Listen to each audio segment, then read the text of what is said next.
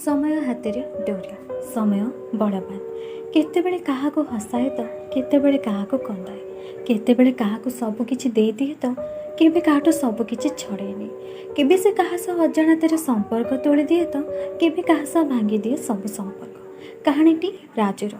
गरीब घर पिला थिला राजू। पिला बेलू से संपर्कीय घरे रहुथिला कहीं पिला बेलू तार बापा माँ नथिले। बहुत दुख कष्ट से निजे पाठ पढ़ी समय सह निजको गढ़ी तोड़िला।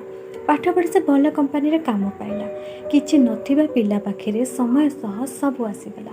हेले सब किछि थिले भी जीवन ना फिका लगे कहीं प्रेम बिना जीवन जीवन होई न थाए। ए दुनिया बंधा प्रेम श्रद्धा विश्वास और स्नेह ए सब बिना फिकाए जीवन।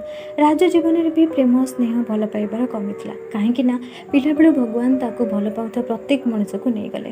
राजू भल पाइबा कौन जानी ही नथिला। जदि जानिथिला देखिथिला केवल दुख कष्ट हेले समय मोड़ आनिला राजू जीवन में। काम को जावा समय गोटे सुंदर झील उपर नजर पड़ जाए राजूर। झीलटी बहुत सुंदर था।